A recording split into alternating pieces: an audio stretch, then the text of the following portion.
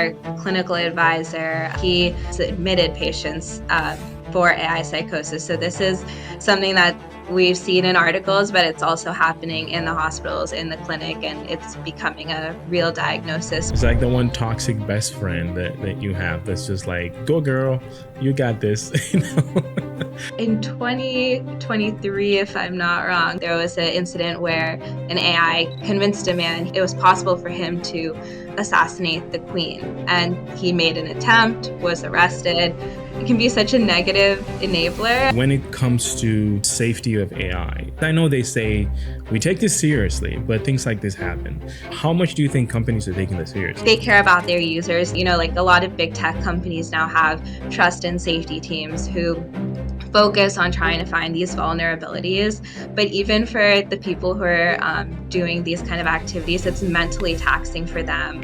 Fortunately, a lot of them struggle with mental health issues, spending their entire day putting in like these kinds of statements into their chatbots, finding vulnerabilities. It's very taxing and really drains. Shirali, thank you so much for being on the Forum Nexus podcast. I've thought about ways to start this conversation, but I think it'd be fair to begin the conversation to talk about the first law of Asimov. I think the do no harm. I want you to give us a kind of like an overview of what exactly is this law and why is it important today. Yeah, absolutely. Well, first of all, thank you so much for having me. I'm so excited to have this discussion with you and share more about this space. So, first law of Asimov's first law of robotics is one of his guiding principles on, how AI robots, how this might evolve in the future and things we need to be considerate of. And one of these laws refers to the fact that robots should, do no harm to humans and through inaction or through direct action cause any harm. And I think today, as we're seeing AI expand into so many different domains, people are, taking steps to make sure through action, these kinds of new technologies don't cause any harm, but really finding ways to ensure that even through inaction, they're not causing harm is a new and growing challenge. Right. And so far, have you seen any, scenario where this law has been violated, where, harm unfortunately happened? And I would love to dig deeper into that as far as how does that look like and how often does that happen? Yeah, unfortunately, I think we've seen situations like this happen far too many times already, even with AI just, starting to enter some new industries, specifically in the mental health space. There was a case that really struck us. I think it happened maybe 2 years ago where a 13-year-old was talking to a AI on a digital companionship platform. So essentially, it represented a character from a famous TV show, and he was having a conversation with her. And, she talks in the way the person on the TV show talks as well. And he fell in love with her. And, they're having conversations. He admits to thoughts he's had about suicidal ideation. And the AI catches those direct references and, tells him that's not the way to go.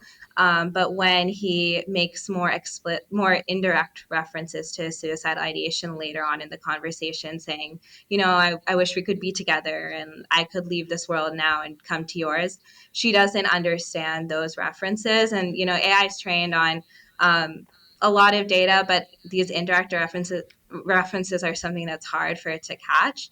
And unfortunately, she encouraged him to end his life later that night. So she said, yeah, come join me. And he picked up his stepfather's gun and shot himself right after that conversation. So that was one, very tragic example that we saw where there was such escalation in the conversation. And, after seeing that, looked at other cases, and unfortunately, there's just been more and more recently in the news with Adam Rain and Juliana.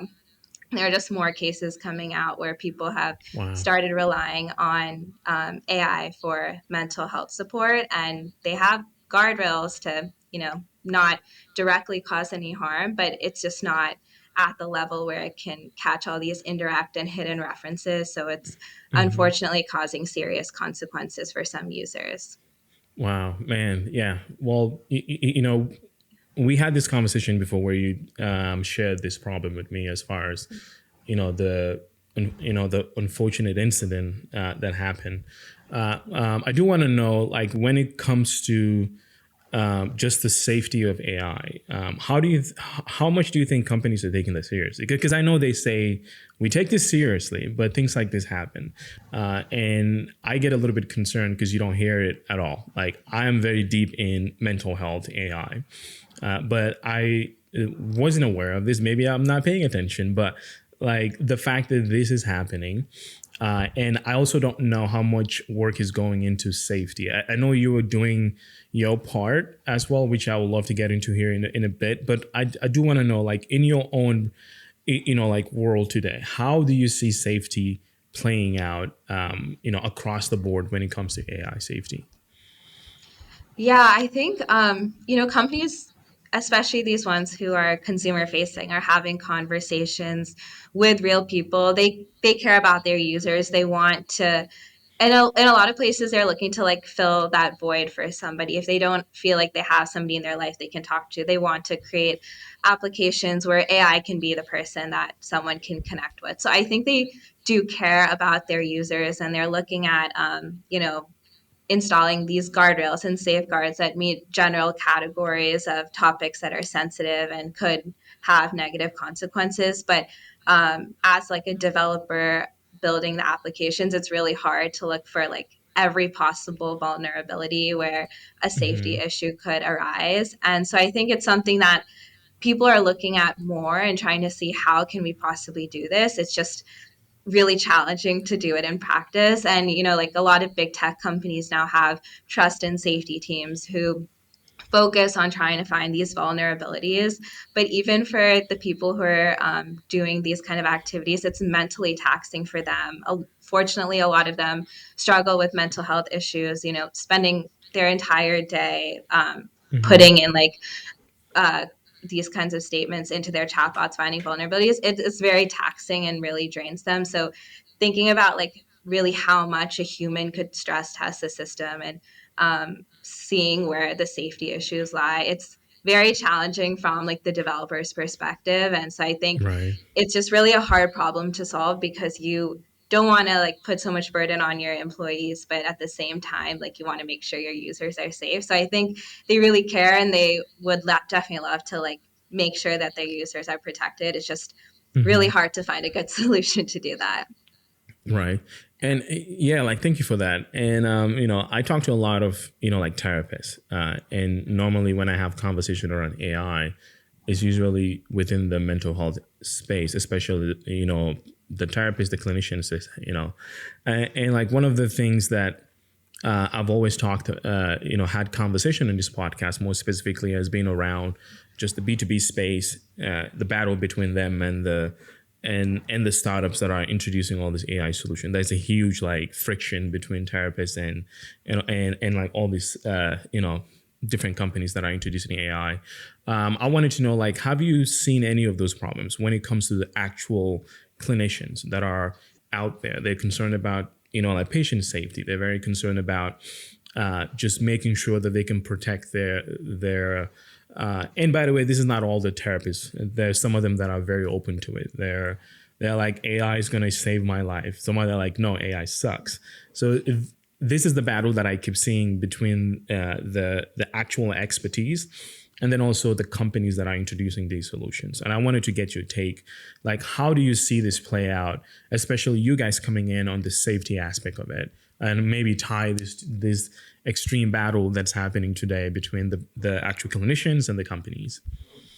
Yeah, absolutely. I think it's definitely a very challenging problem. Like anything, especially like in AI and a healthcare domain or these high risk domains, Mm-hmm. building a system, whether it was even before AI, as you're starting to integrate more like technology and electronics into it, it's really hard to have something that you feel confident is like fully robust and not going to cause any real damage. And I think when we've seen the damage that AI can do, um, Right. it is unnerving, especially when you're thinking about like the well-being of your patients. But on the other side, I think we've also seen tremendous advantages that AI can bring to our society and how it could really help our healthcare system today. Mm-hmm. I remember reading a stat that there is a huge portion of the United States that doesn't have access to mental health care. And so for them, being able to reach out to some resource, even if it is AI, could be a tremendous value, especially if their Right. alternative is nothing. And as for people who have undiagnosed conditions, AI has been of support to them too, and deciding to take that first step and seek out therapy.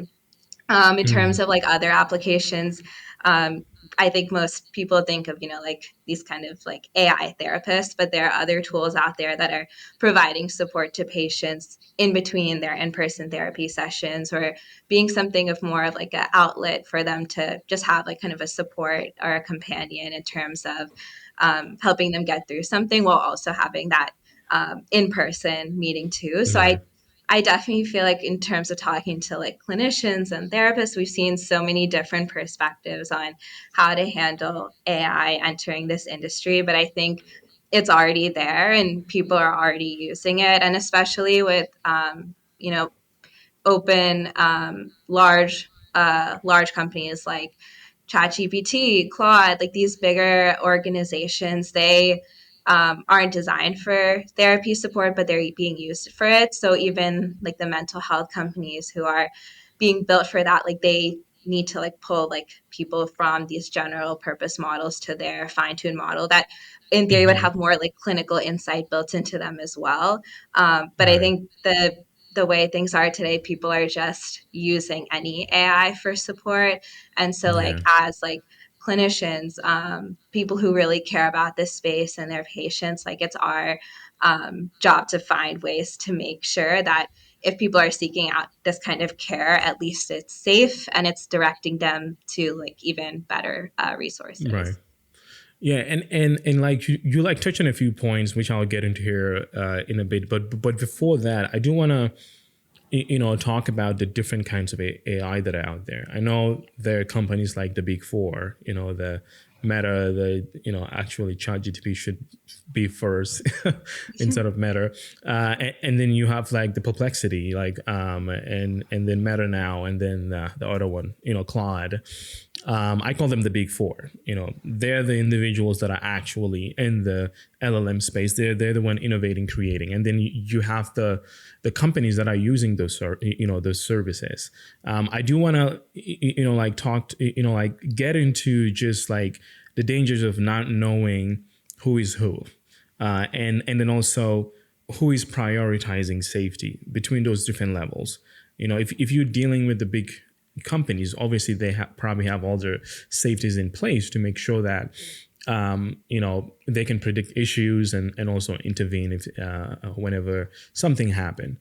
However, there are companies today, especially in the startup space, that are introducing AI today. It's going around, and you being someone in the safety space, AI safety to be specific, how are you guys making sure that when you are dealing with, especially like consumer facing or even the B2B space, I'm not sure if you guys have gone into that yet, but like how does safety look like today with all these different complexities of the big players, the rappers? Like, how do you know you are safe, going into those platforms and writing your deepest, darkest secrets and then sharing that on the platform? How does that look like when it comes to safety? Yeah, I think unfortunately at like a user level, it's really hard to know how safe am I using this platform. I think, Right. the big four that you mentioned, they have their guardrails. They know like their sensitive topics around suicide and other issues and making sure that they have some level of keyword detection of understanding like we've seen those tweets every now and then. Got ChatGPT to tell me how to stop taking my medicines or those kinds of things. So like Right. they look for these vulnerabilities, they patch them. I think they do their best to try and bring in insight and see what these cases are and find those Yeah. issues. But because they're such big open LLMs looking at any kind of issue, it's Hmm. impossible for them to have such a niche understanding of a topic that they Mm. know where issues could emerge and really catching all of them. And so I think, like the second layer of that are like these consumer facing applications who are building on foundational models. So it could be Right. a mental health chatbot, it could be a AI journal, it could be a digital companion, anything where people are having a conversation with a human, where an AI is having a conversation with a human, and it has like the possibility for it to kind of create like this safe space relationship where the human may feel comfortable opening up to it. And so then I Mm-hmm. think then that layer, when you have like a mental health focus app, you get like a little bit more of that insight and knowledge into the space. So hopefully your vulnerability detection would be better. But I think the reality is people are using these platforms for so many different things. People are using non-mental health apps for mental health support. So it's impossible to really make sure that what you're using has the level of safety that you need, and that Mm-hmm. in terms of like making sure your responses and how someone would respond to you is in line with like what you would want a clinician, an empathetic friend, like to respond back. And so I feel like that's where the challenge really emerges. And when we take a look at like Claude versus other companies, so like Anthropic, the developers of Claude, they really prioritize safety, and they do a lot of safety research Mm-hmm. into making sure that their models don't give negative responses in any of these Right. edge case scenarios. And what that yields is sometimes it will not continue a conversation that might actually be safe. And so then you have developers of some applications deciding to actually use other models instead of Claude because they want to make sure that their app has more autonomy to respond, and taking that kind of risk in terms of like, oh, it's okay, it might miss this scenario, we'll patch it with guardrails. So all these developers have very different outlooks on how much you really safeguard your tool, trying to balance Mm-hmm. creating something that's different, creating something that has its own like voice per se, and then also creating something that's safe. And Right. what we've found in talking to these companies is that they all really care about the safety component, but they want to make sure they're not compromising their product as well. So striking that balance, it seems to be Yeah. like the biggest challenge. It's wild out there, for Yeah. sure. But yeah, I think the consumers have to be very educated on just using AI in general.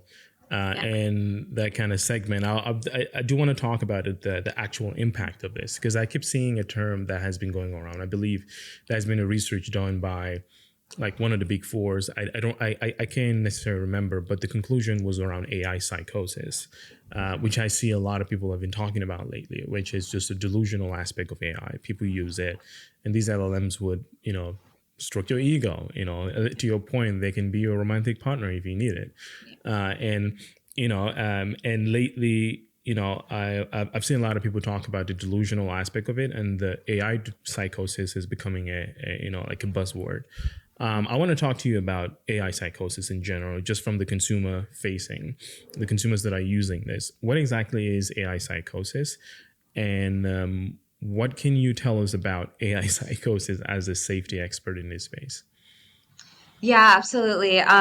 It's funny you mentioned that because actually our clinical advisor, which of course we'll get into later on, but he's a physician who admitted patients for AI psychosis. So this is something that we've seen in articles, but it's also happening in the hospitals, in the clinic, and Mm-hmm. it's becoming a real diagnosis where Oh, wow. essentially people are having conversations with AI. And the way that AI is usually like priced and commercialized is by keeping the conversation going. Companies make more money. So like, of course, human nature is to like agree with the person, so they keep talking with Mm-hmm. them, and they have their guardrails to try and stop negative conversations, but to an extent some of that gets through. And so we've Yeah. seen situations where like there was an incident where an AI convinced a man he was capable, and it was possible for him to assassinate the queen, and he made an attempt, was arrested. It just I'm sorry. it I'm sorry I spiraled. laughed, but wait, what? Yeah, it Which queen? yeah. This was, I think, in 2023, if I'm not wrong. But yeah, he made an Uh huh. attempt to assassinate the queen in the UK and got arrested. I think he was What? sentenced a couple months ago. So yeah, these like that's one example. And then there's so many others we've seen where people are saying like I think I should stop my medicine. My family doesn't agree with me, but I think I should. I know I'm right. And AI will be like, yeah, you're right. Good for you for having the courage to stand up to them. And like not realizing like the That's consequence of wild. what they're saying. It's like the And one so, toxic best friend that you have that's just like, y- go girl, you got yeah, this. You know? exactly. Yeah. And so it's in some ways it can be such a negative enabler. And I think the risks of that, like in these situations, a lot of times, like this medication example I gave was someone like playing Mm-hmm. around with AI, trying to see if it could get it to say something like that. But we've seen situations where that's happened in like a serious circumstance, and then people stop their medications. They have all these like delusions of grandeur and things like that, and it causes like real impacts to their mental health, and in some Mm-hmm. ways an increasing reliance on the AI for support. So Yeah. as this kind of spreads and AI becomes more and more available, I feel like every day there's probably 100 new apps out where people can talk to Yeah. AI. And so Mm-hmm. it's something that people are going to be thinking about, I think, like the way like previous generations thought about like which social media app should I get, be like which AI should I use. And so as this gets more and more spread out, if we keep getting this like positive reinforcement from AI and feeling like we can reach out to it, inevitably there are going to be more emotional connections that form, and with that like the potential for really Right. serious outcomes. Wow, man. Yeah, that's wild. I do want to talk about like how does one identify or even become aware that maybe they're in that AI psychosis. They're feeding into the delusion. What can someone look out for, and also how can they make sure that as they engage with these tools, how do you make sure that you don't become delusional using it and thinking that this is a godlike tool and it can solve anything? Yeah, I think of course like making sure you like limit your time on AI and maybe even limit like the purpose with which you use it for. If there's something you're like, "Oh, would I ask my friend this?" Like maybe don't ask AI that. Maybe go to a human and actually ask their Right. perspective. Of course, like I know we all use it like draft my email, help me with this. Like those kinds of things, I think even if you're spending like a lot of time on AI having these like business like conversations, that's one thing. Mm-hmm. But when you're starting to have these more emotional or like personal conversations, something you could imagine talking to like your friend about is when it starts to get into that territory where like, oh, potentially continuing to spend this much time talking to the AI, spending hours Mm-hmm. doing it, compromising seeing your friends or people in person to like talk to AI or to ask AI instead of asking them is when it gets risky. I think a lot of people have been turning to AI for mental health support because they see it as someone who's not going to judge them. And I think Yeah. that's a potential factor, big risk factor, because you're not comfortable being like emotionally vulnerable with somebody else. So now you're being vulnerable with AI. And Mm-hmm. I think that's when like the dependency can start to happen. Right. I think as like a user trying to like make sure you don't kind of get this reliance. I feel like personally I have like topics where I'm like, I'm never going to put this in AI. I'm not going to talk to it about this. And even like, I know a lot of people use it for looking at like, hey, what this is my medical result. What does it mean? Mm-hmm. And I've talked to like physicians and friends who are physicians who said like, it's actually really challenging because people come in with this perception of what the treatment plan is going to be based on ChatGPT, and when Yeah. it doesn't align, like it's a more difficult conversation to have. And it's interesting because like we always spend for like if you're shopping for something or something like that, some people put in so much time like vetting the product, vetting the tool before they get it, and we've just kind of assumed that AI has all this knowledge when normally like people spend years in med school before we trust them. And even still, you pick which doctor you go to, you try and like make your best to go to someone who has good ratings. And so it's interesting how people just kind of assumed AI is safe because it has all this information, but not all of it is good information. So I think we just have to keep Yeah. reminding ourselves that, like, yes, it can answer any question, but how many times has it answered something wrong? So let me double check this and really try and make an effort to not replace human interaction with AI interaction. Right. No, yeah, that's key. Even me with this podcast, I normally just have a pre-conversation with my guests just to get familiar with what they're doing, and I try not to like bring in a script. I just show up and we have a conversation. And I remember I had a like a couple podcasts ago. Not gonna say who. If your accounting was apologize, but I decided to use ChatGPT just to prep because I have other podcasts, podcast bros that are like use ChatGPT.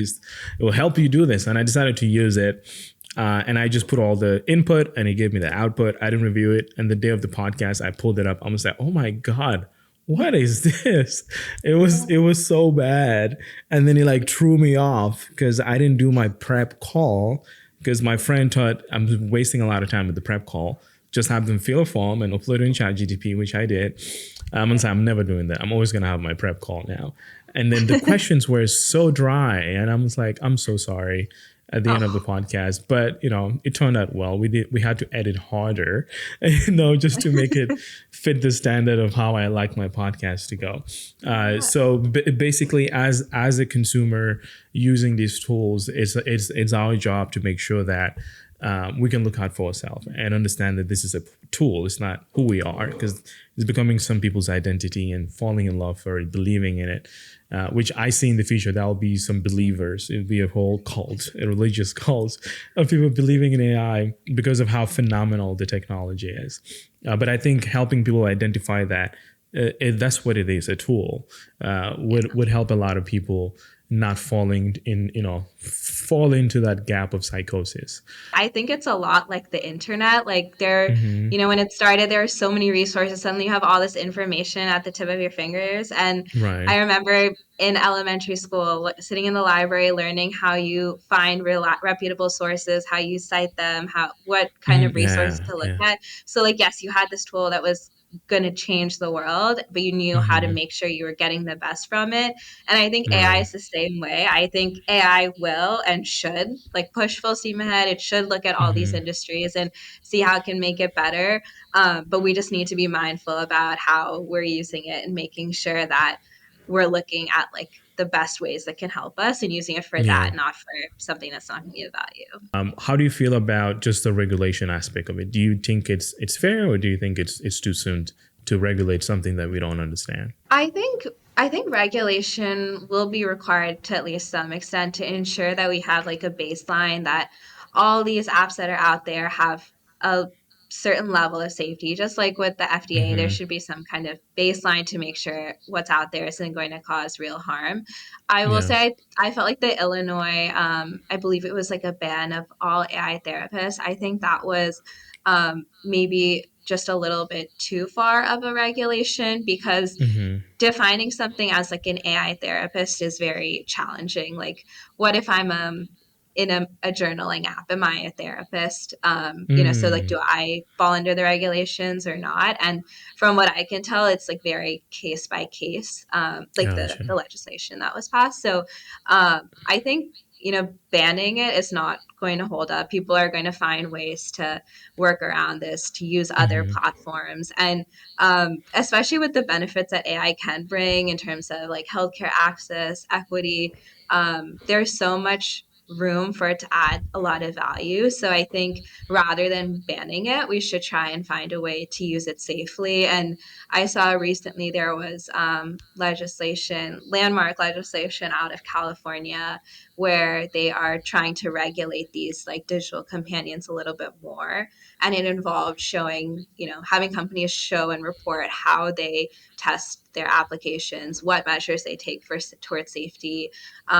Do they point to a crisis line in a time of need, and like to what extent? I think those are the kind of Hmm. metrics we need to look at and evaluate to make sure that these chatbots are ready, usable, and safe for consumers, especially because Hmm. if it's not mental health, if it's another industry that's high risk, there are still going to be chatbots that are out there. I think it's impossible to ban any possible Right. application of this AI where there could be some sensitive issue. So rather than looking at that kind of legislation, I think taking steps towards how can we make sure it's safe, or having some kind of like baseline safety requirement will be probably what could hold up and persist going forward. We're building circuit breaker labs. So we, as in myself and my brother, we're co-founders, and we're working on creating an AI agent that stress tests consumer-facing applications that use AI to find their vulnerabilities in the mental health space. So if you think of like the concept of red teaming from cybersecurity and trying to apply that to this domain, in a sense, like every car that's made, they have crash test dummies that they put in the car and make sure it passes the safety checks.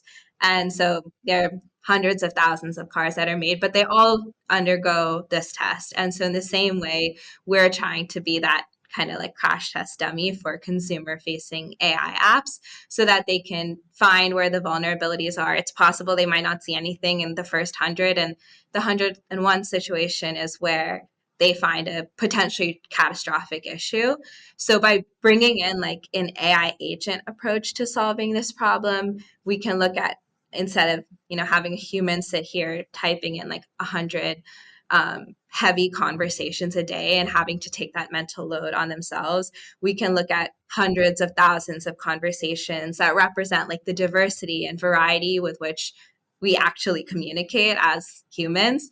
And so, really helping developers of these applications find where the risks are, feel confident that they've tested a representative set of scenarios so that they can make sure that their users stay safe and that their platform stays trusted. Wow, that's fascinating. Like when we talked initially, you gave me an overview, but the example that you give right now, it makes so much sense. We as a society, especially in the US, there's so much testing that goes with all of these cars, for example, planes. Like there's a lot of testing that goes into it, and as viral AI has become, we should also spend more time. We should viral just the testing of it and making sure it can handle all of these prompts that it's getting on a daily basis. I don't even know how many prompts ChatGPT receives a day, but I can tell it's a lot because I saw somewhere that they spend almost $700,000 a day Yeah. on just expenses, which is insane. That's how much some like seed rounds are, and they're spending that in one day, which is insane. How when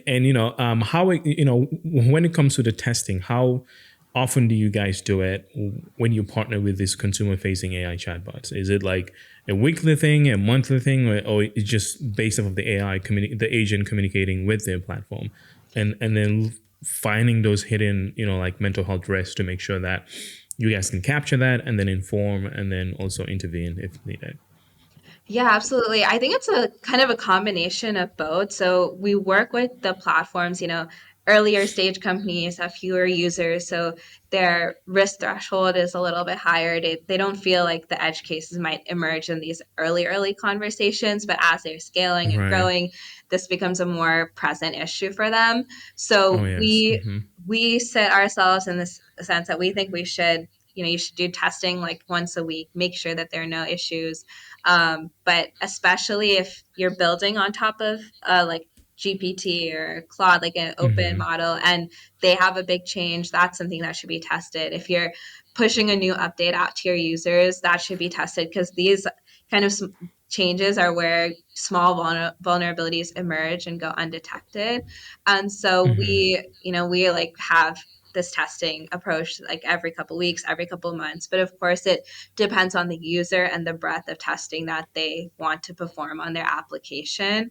And then I think the second component of that is when they are doing this testing.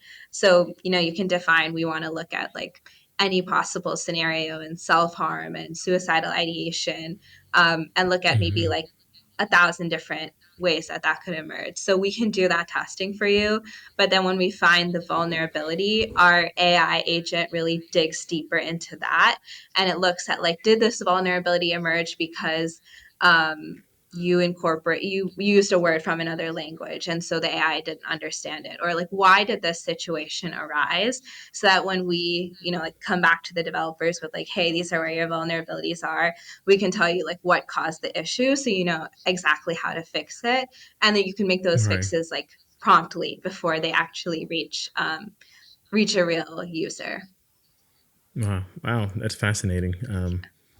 Yeah, I'm just processing what you just said because I talked to so many founders that have built something, they raise money and realize they have to scrap everything that they built because they're just trying to get to that next round, Yeah. which can be very risky. Sometimes if you get caught making mistakes and the customers get impacted, you are out. Like, and sometimes you have to deal with whatever fund you raise. You have to pay back. Some founders go out. They can never, like get back from that fall. Yeah. So yeah. Again, thank you for like doing this. I think this is very much Yeah. needed, and I can't wait for you guys to come to the B2B space because that's where I'm in. I would love to give it a try. I do want to know like why did you decide to go into this, you and your brother? Like, what was the reason behind it? Yeah, absolutely. I think for both of us, we're very close with our grandparents, and from a very Hmm. young age, we saw them struggle with neurodegenerative brain disorders. So, trying to understand as like kids, teenagers, like what is happening in their brain, like what these issues are, we like naturally developed this interest in neuroscience and trying to Hmm. understand how the brain works. So this was the neuroscience field was something that kind of was of interest to us. And then unfortunately, we've had some classmates, really like high school, college, who we ended up losing to suicide. And so I think that was something that was such a like direct consequence on our life. And, as someone who's like, Right. even if we weren't like the closest of friends with them, it's still like, wow, I saw them in the hallway. Yeah. I saw them in class. We worked on this project together. They came to my house, like trying to understand, like, oh, I wish like they knew that like people were going to miss them. It was something that like Yeah. we had to understand and try and figure out like how this could happen and like what we could do going forward from Hmm. way before AI came around. And then I think now seeing AI, seeing it like almost accelerate the incidence of these cases and potentially like creating a space where more situations like this could happen. We just really felt Right. like that there needed to be something that's done and done quickly so that um, it doesn't end up leading to like these real consequences where people lose someone like they see every day in their life. Because I think when we read these headlines and stuff, Hmm. it's very like easy to be like, oh, that's so sad, like this happened and now they reported on it, but like there are people whose lives it directly affected. There was a piece we read from like the mother of someone who ended their life due to AI, and they later Hmm. found out that that was the suicide note didn't sound like her because she wrote it with AI. So I think those kinds of situations, it's just like really Hmm. seeing the way it impacts us humans and like friends of these people Right. really made it seem like an urgent issue that needed solving. And I think developers of these apps, people who are creating AI, they care so much about safety. They're doing their best to make sure their tools are safe. But like in any situation, you always need to have like checks and balances. So having somebody else come in and being like, let me bring my perspective and see if I can find Hmm. any issue is just another layer to make sure that you can feel confident that, okay, my AI is not going to really harm somebody.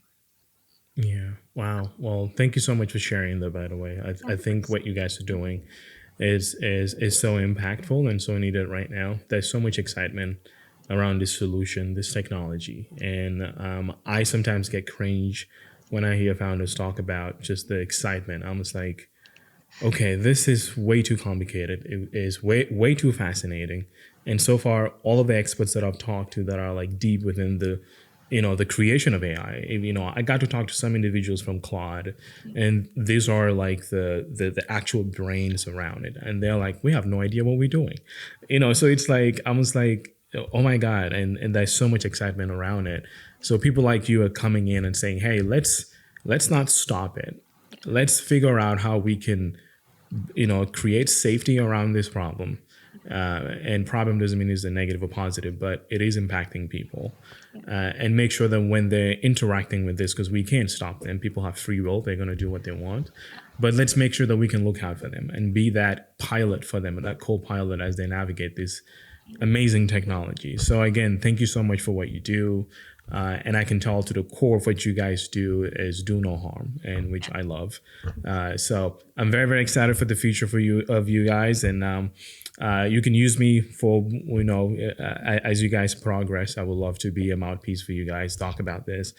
I have a community of therapists, a big community of individuals that are excited about AI. So, but again, thank you so much for coming on the podcast and sharing your story, sharing why you guys are doing this, and educating us on the technology itself, because that's what I've always wanted to do. So thank you for that. No, thank you so much for giving me the opportunity to be here to share what we're doing. I really Of appreciate all course. that you do in terms of bringing awareness to this space, talking to experts, and hearing a lot of different opinions, because I think that's what we really need to get to a solution that's going to work, is understand where everybody is coming from and building something Right. that meets everyone's needs so it can actually persist. So I really appreciate you giving me the chance and giving me the honor to be here. So thanks so much.